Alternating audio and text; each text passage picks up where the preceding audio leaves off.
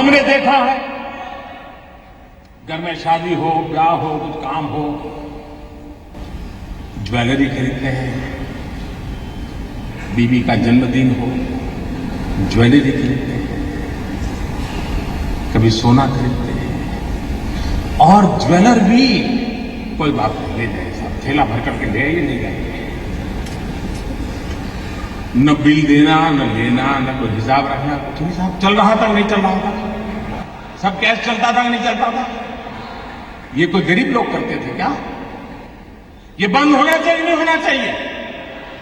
हमने नियम बनाया कि 2 लाख रुपए से ज्यादा अगर आप गहने खरीदते हैं, ज्वेलरी खरीदते हैं, तो आपको आपका पैन नंबर देना पड़ेगा ही। इसका भी विरोध हुआ था। आप हैरान होंगे, आधे से ज्यादा पार्लियामेंट के मेंबर, आधे से ज्यादा मुझे ये कहने के लिए आए थे कि मोदी जी ये नियम मत लगाओ। और कुछ लोगों ने तो चिट्ठी लिखित में मुझे चिट्ठी लिखने की हिम्मत की है। जिस दिन मैं उसको पब्लिक में करूंगा, शायद पता नहीं वो अपने इलाके में जा पाएंगे कि नहीं जा पाएंगे।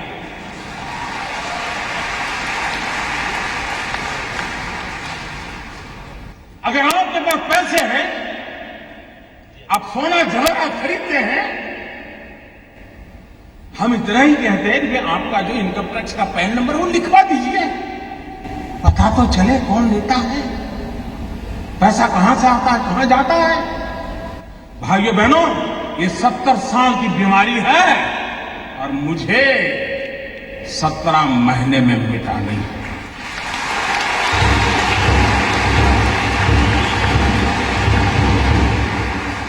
भाइयों बहनों,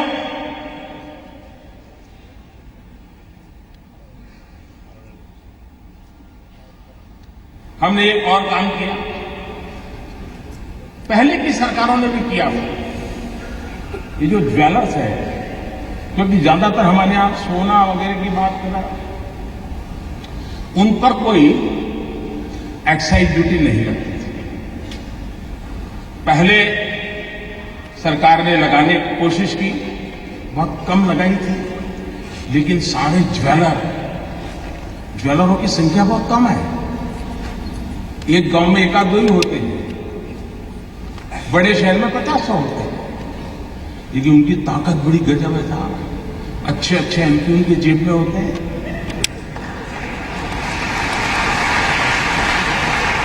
और ज्वेलरी पर जब एक्साइज लगाई तो मेरे को इतना दबाव आया, एमपीओ का दबाव, डेलीगेशन, हमारे परिचित, साहब ये तो सब इनकम टैक्स वाले लूट लेंगे, ये तबाह कर देंगे, ऐसे ऐसे बताते थे। मैं भी डर गया, यार मैं ये करूंगा पता नहीं क्या हो जाएगा। मैंने कहा ऐसा करो भाई, 2 कमेटी बनाते हैं, वार्ता करेंगे, चर्चा करेंगे। सरकार की तरफ से उनको भरोसा था, ऐसे एक्सपर्ट कमेटी बनाई। पहले वाली सरकारों को ये प्रयास वापस लेना पड़ा था। साहब मैं ईमानदारी से देश चलाना चाहता हूं, मैंने वापस नहीं लिया।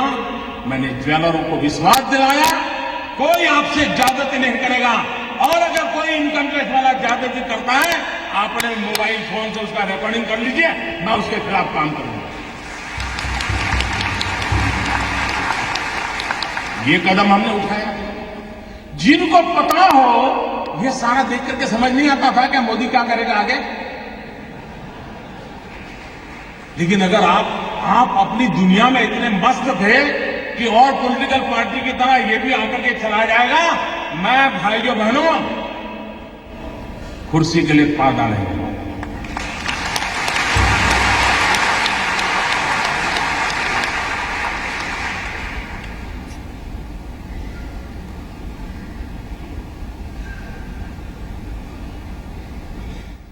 मेरे देशवासियों,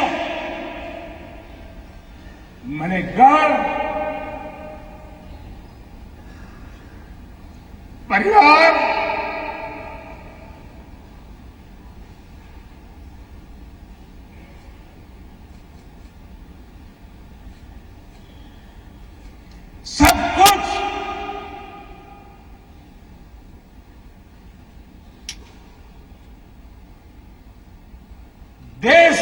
छोड़ा है।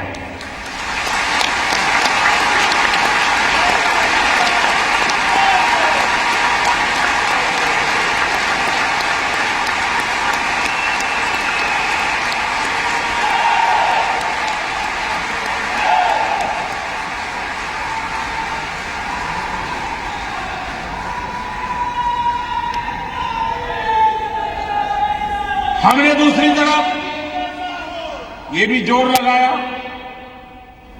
अच्छा कुछ लोग होते हैं मजबूरन कुछ गलत करना पड़ा हो, सब लोग बेईमान नहीं होते, सब लोग चोर भी नहीं होते, कि मजबूरन कुछ करना पड़ा हो, वे अगर उनको मौका मिले तो सही रास्ते पर आने को तैयार होते हैं।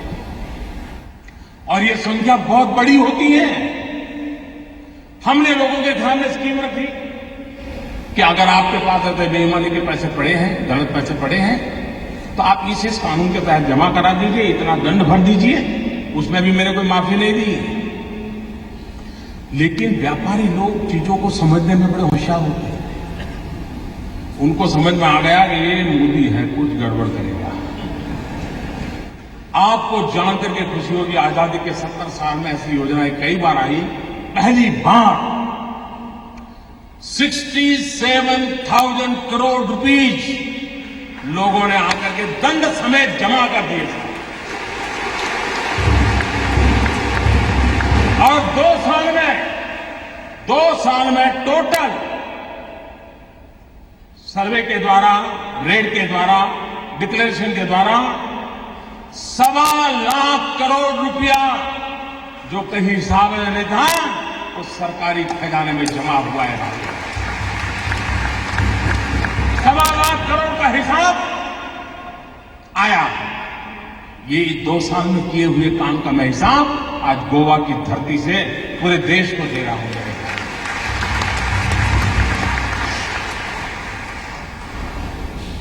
उसके बाद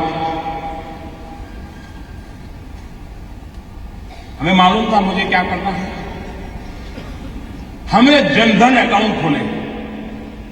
जब मैं ये स्कीम लेके आया था तो मेरी कैसी मजाक हुई थी, पार्लियामेंट में भाषण कैसे हुआ, आपको याद होगा। मुझे पता नहीं क्या था, कहां जाता था। उनको लग रहा था कि मोदी के बांध नोच लेंगे तो मोदी डर जाएगा, अरे मोदी को जिंदा जला दोगे तो भी मोदी डरता है।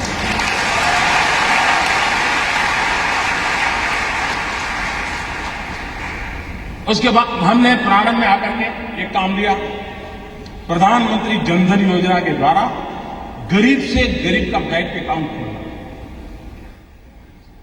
उस समय लोगों को समझ नहीं आया कि मोदी बैंक अकाउंट खोला कर रहा है। अब लोगों को समझ आएगा ये बैंक अकाउंट का क्या फायदा होने वाला है। करीब 20 करोड़ से ज्यादा लोग, गरीब लोगों के बैंक अकाउंट खोले। और हिंदुस्तान में अमीर लोगों के जेब में, बटवे में भांति भांति बैंक को क्रेडिट और डेबिट कार्ड होते हैं। गरीब तो बेचारा सोच ही नहीं सकता था ऐसा भी कोई कार्ड होता है, कार्ड से मिल जाता है, कुछ पता नहीं था उसको। भाइयों बहनों, प्रधानमंत्री जनधन योजना के लिए बैंक के खाते खुले, ऐसा नहीं, इस देश के 20 करोड़ लोगों को हमने रुपए कार्ड दिया है, डेबिट कार्ड दिया है, और यह आज से 1 साल पहले किया हुआ है।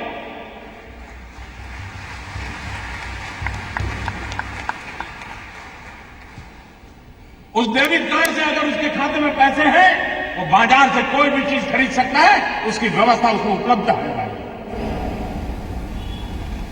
लेकिन लोगों को लगा नहीं, जैसे हर पॉलिटिकल काम होता है वैसे पॉलिटिकल काम नहीं था। मैं धीरे धीरे देश की आर्थिक तबीयत सुधारने के लिए अलग अलग दवाइयां दे रहा था, धीरे धीरे डोज बढ़ा रहा, मैं डोज धीरे धीरे बढ़ा रहा था। अब भाइयों बहनों, मेरे देश के गरीबों की अमीरी देखिए। मैंने तुमको कहा था 0 अमाउंट से आप खाता खोल सकते हैं। एक बार आपका बैंक में पैर आना चाहिए, बस। ये आर्थिक व्यवस्था में कहीं आप भी होनी चाहिए।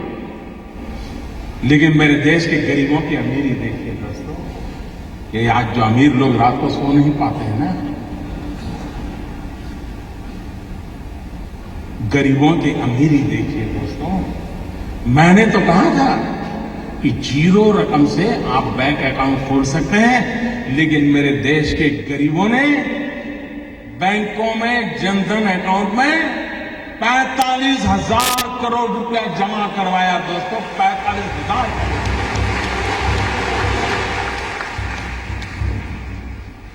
ये देश के सामान्य मानवी की ताकत को हम पहचाने।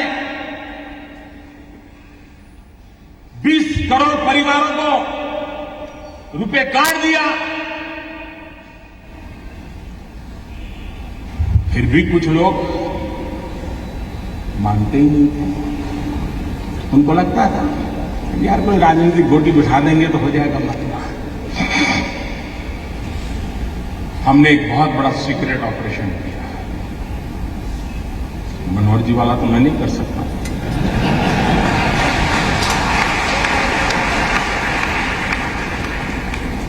दस महीने से काम पे लगा रहा, एक छोटी विश्वस्त टोली बनाई, क्योंकि इतनी नई नोटें छापना, नोटें पहुंचाना बड़ा कठिन, चीजें छिपाना बड़ा सीक्रेट रखना, वरना ये लोग ऐसे होते साहब, पता चल जाए तो साहब अपना कर लेंगे।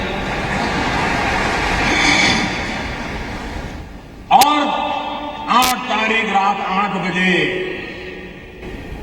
देश का सितारा चमकाने के लिए एक नया कदम उठा लिया दोस्तों।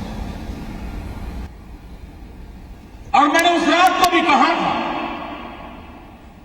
कि इस निर्णय से तकलीफ होगी, असुविधा होगी, कठिनाइयां होगी, ये मैंने पहले दिन कहा। लेकिन भाइयों बहनों, मैं आज देश के उन करोड़ों लोगों के सामने सर झुकाता हूं कि सिनेमा के थिएटर पर लाइन लगाते हैं ना, वहां भी झगड़ा हो जाता है। मैं देख रहा हूं पिछले 4 दिन से हजारों लोग पैसों के लिए कतार खड़ा के लगे हैं, लेकिन हर एक के मुंह से एक ही आवाज आ रही है कि ठीक है, मुसीबत हो रही है, तकलीफ हो रही है, पैर दुख रहे हैं, लेकिन देश का भला हो। मैं आज सार्वजनिक रूप से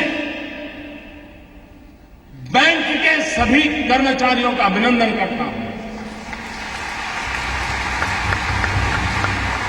एक साल में, मेरे शब्द लिखिए, एक साल में बैंक के मुलाजिम को जितना काम करना पड़ता है ना, उससे ज्यादा काम वो पिछले 1 हफ्ते से कर रहा है जी, उससे ज्यादा काम। मुझे खुशी हुई, मैंने सोशल मीडिया में देखा, रिटायर्ड बैंक के कर्मचारी, किसी की उम्र 70 साल, किसी की 75 साल, वो बैंक में गए, उन्होंने कहा साहब रिटायर्ड हो गए हैं, लेकिन इस पवित्र काम में हमें आता है, अगर आप हमें बिठा करके काम में लगाना चाहते हैं तो हम हमारी सेवा देने के लिए तैयार हैं।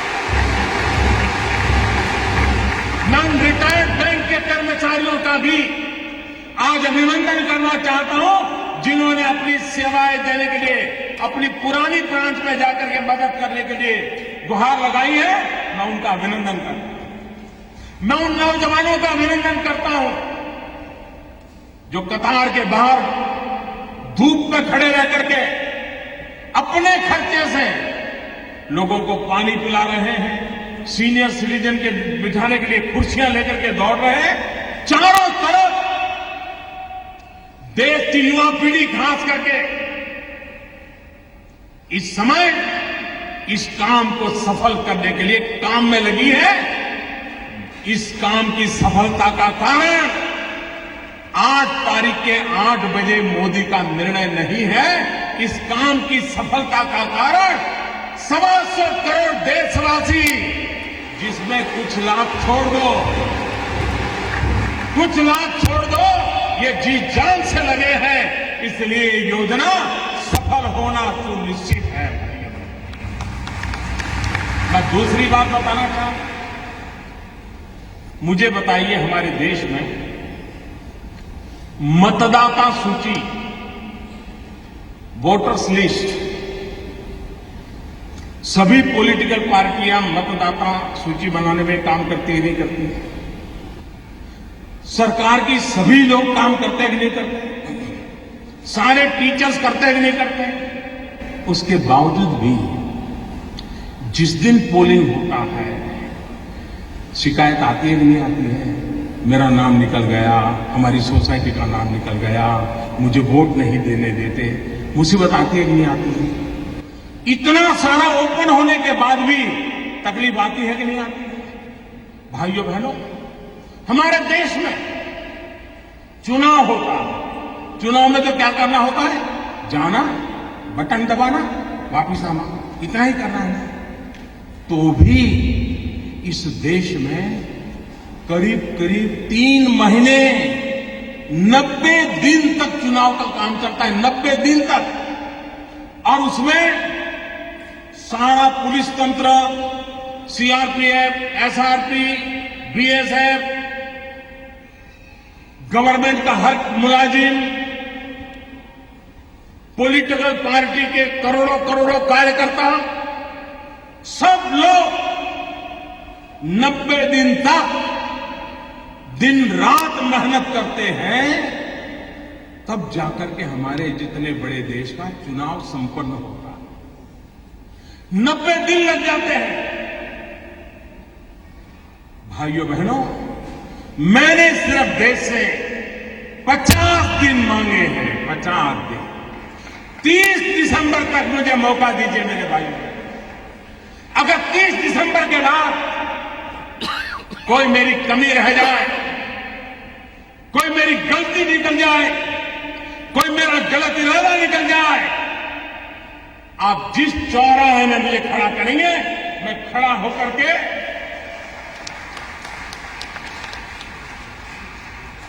देश जो सजा करेगा वो सजा भुगतने के लिए तैयार है।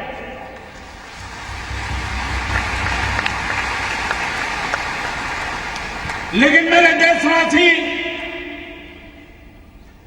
दुनिया आगे बढ़ रही है, भारत की ये बीमारी देश को तबाह कर रही है। 800 मिलियन